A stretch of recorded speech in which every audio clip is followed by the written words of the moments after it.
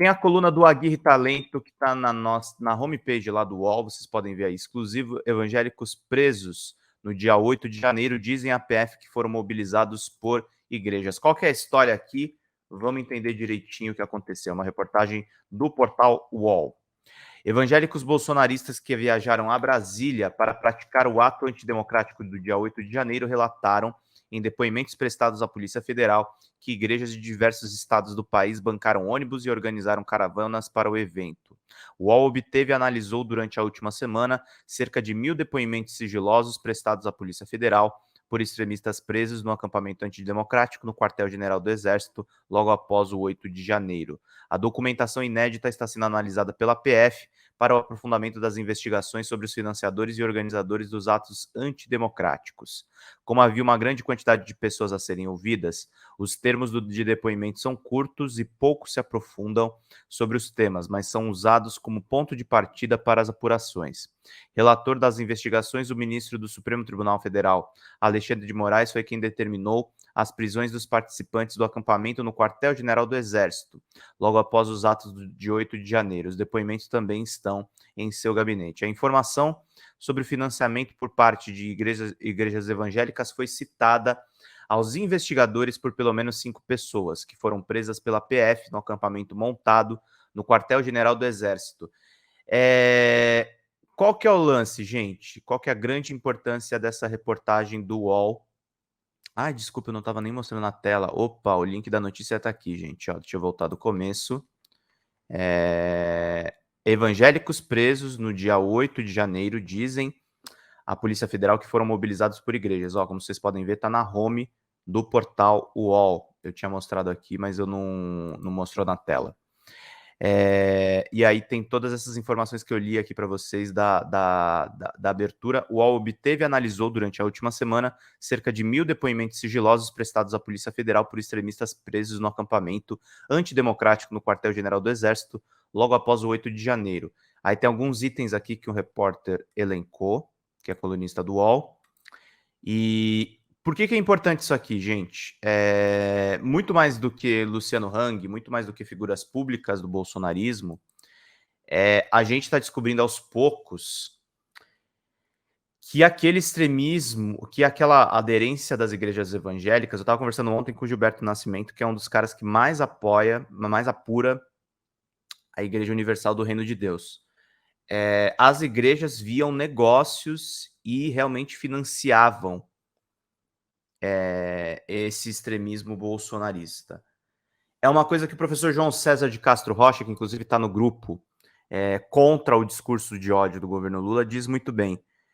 Tem um business por trás das teses extremistas dos bolsonaristas. Tem um business, tem uma negociação, tem uma vontade também de criar um Estado evangélico. Não à toa, uma das principais indicações do Jair Bolsonaro para o Supremo Tribunal Federal é o André Mendonça, que é terrivelmente evangélico e que é muito ligado à esposa dele, que também tem uma ligação com igrejas evangélicas. É um projeto de país, gente, é uma visão que quando o Nicolas Ferreira faz aquele discurso transfóbico no Dia Internacional das Mulheres, isso aqui está alinhado com o que ele fala. As igrejas evangélicas, e eu não estou aqui culpando todos os evangélicos e nem generalizando de uma maneira preconceituosa, eu sei que existem evangélicos que são progressistas, eu sei que existem evangélicos até que são de direita, mas que têm uma cabeça melhor do que isso aqui. Mas isso é um projeto praticamente medieval de sociedade que eles querem colocar. É a sociedade do cidadão de bem, é a sociedade do cidadão armado, é uma sociedade que realmente é muito complicado para a gente ficar atento. Vamos seguindo aqui com a leitura da notícia, que é bastante importante. A coluna teve acesso com exclusividade a depoimentos prestados à PF pelos alvos presos. Outros relataram também a participação de empresários no financiamento e até mesmo no recebimento de doações para que viajassem a Brasília para participar do ato antidemocrático. Não esqueçam de mandar os superchats, tá, gente? É muito importante aqui para a gente manter a nossa live. Estou tentando também não forçar muito a minha voz, porque a gente lê bastante notícia aqui na nossa live. É a live que vocês ficam mais bem informados sobre os jornais. Conta aí nos comentários. Eu queria saber se vocês gostam das notícias que a gente seleciona, se vocês têm críticas, o que vocês acham a respeito. Fala Vivendo e Aprendendo, falou sobre o Nicolas, que é deputado de internet. Fala a Sandra Helena Martins, que está aqui com a gente. Já temos aí 54 curtidas. Vamos aí acompanhando para todo mundo ficar muito bem informado. A coluna teve acesso com exclusividade a depoimentos prestados à PF pelos alvos presos. Outros relataram também a participação de empresários no financiamento e até mesmo o recebimento de doações para que viajassem a Brasília para participar do ato antidemocrático. Os depoentes, entretanto, evitaram fornecer detalhes sobre esses financiadores. Moradora de Sinop, Cirlei Siqueira afirmou à PF que viajou em uma excursão da Igreja Presbiteriana Renovada, mas não deu detalhes do financiador. Também morador de Sinop, Jamil Vanderlino, afirmou ter viajado em um ônibus financiado por igreja evangélica. Questionado sobre os detalhes, ele se recusou a responder às perguntas da Polícia Federal. Fará uso do seu direito de permanecer calado, disse o documento. Procurada, a Igreja Presbiteriana Renovada do Sinop disse que os pastores não participaram do ato de 8 de janeiro e afirmou desconhecer quem tenha organizado a excursão.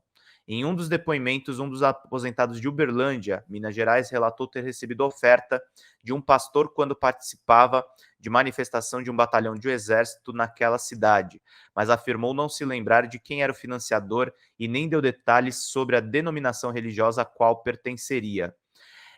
Parênteses meu e uma coisa que eu preciso falar para vocês. Eu conversei com diferentes pessoas que participaram do gabinete de transição do governo Lula e pessoas que participaram principalmente da pasta de educação.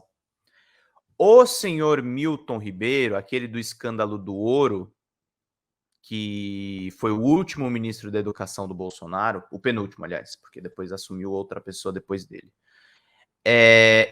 O projeto de desconstrução da educação dele não era dele, segundo essas fontes me relataram. Fala Vivendo e Aprendendo, Petrolina, Pernambuco, tá contigo. O projeto, na verdade, vem da Damares Alves. E a Damares Alves também é esse projeto que a gente está vendo aqui. Das igrejas que financiam atos de terror em Brasília, das empresas que tentam desestabilizar a democracia. É disso que a gente está falando. Tá, galera? Então é muito importante, muito relevante que a gente fique por dentro de todas as informações aqui para a gente poder acompanhar. Vamos ver aqui.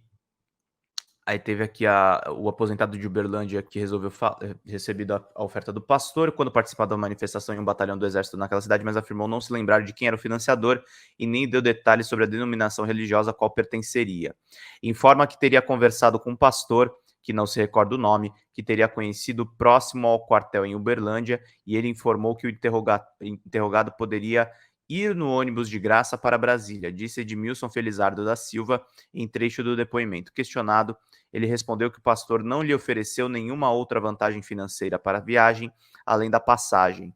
Um outro alvo preso pela PF, morador de Maceió, Ademir Almeida da Silva, disse que tinha remuneração mensal de R$400 e citou o nome de um pastor da Igreja Batista, Adiel Brandão de Almeida, como um dos financiadores de sua viagem. Procurado, o pastor disse que viajou com Ademir para Brasília e que cooperou durante a viagem porque ele estava com pouco dinheiro, mas não houve relação da igreja com essas despesas. Ao longo da viagem a gente foi cooperando com ele pagou algumas coisas, ele estava com pouco dinheiro. Alguns lanches nós rateamos, outros lanches não. Além disso, nós não tivemos participação em nada disso aí, afirmou a coluna.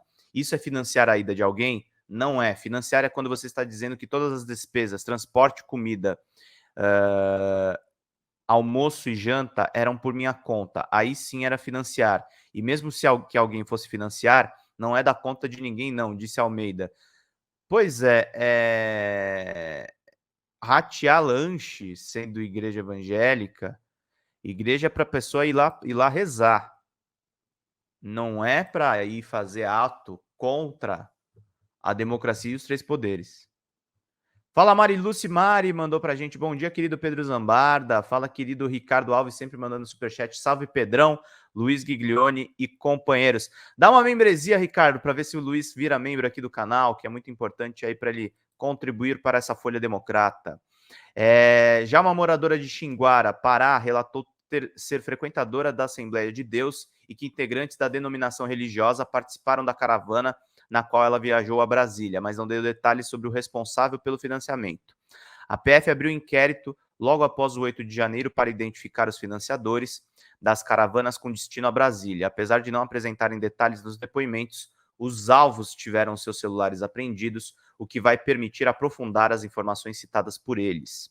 A investigação também analisa quebras de sigilo bancário e relatórios de movimentação financeira dos contratantes dos ônibus para saber se há financiadores ocultos ou que não aparecem formalmente nos documentos.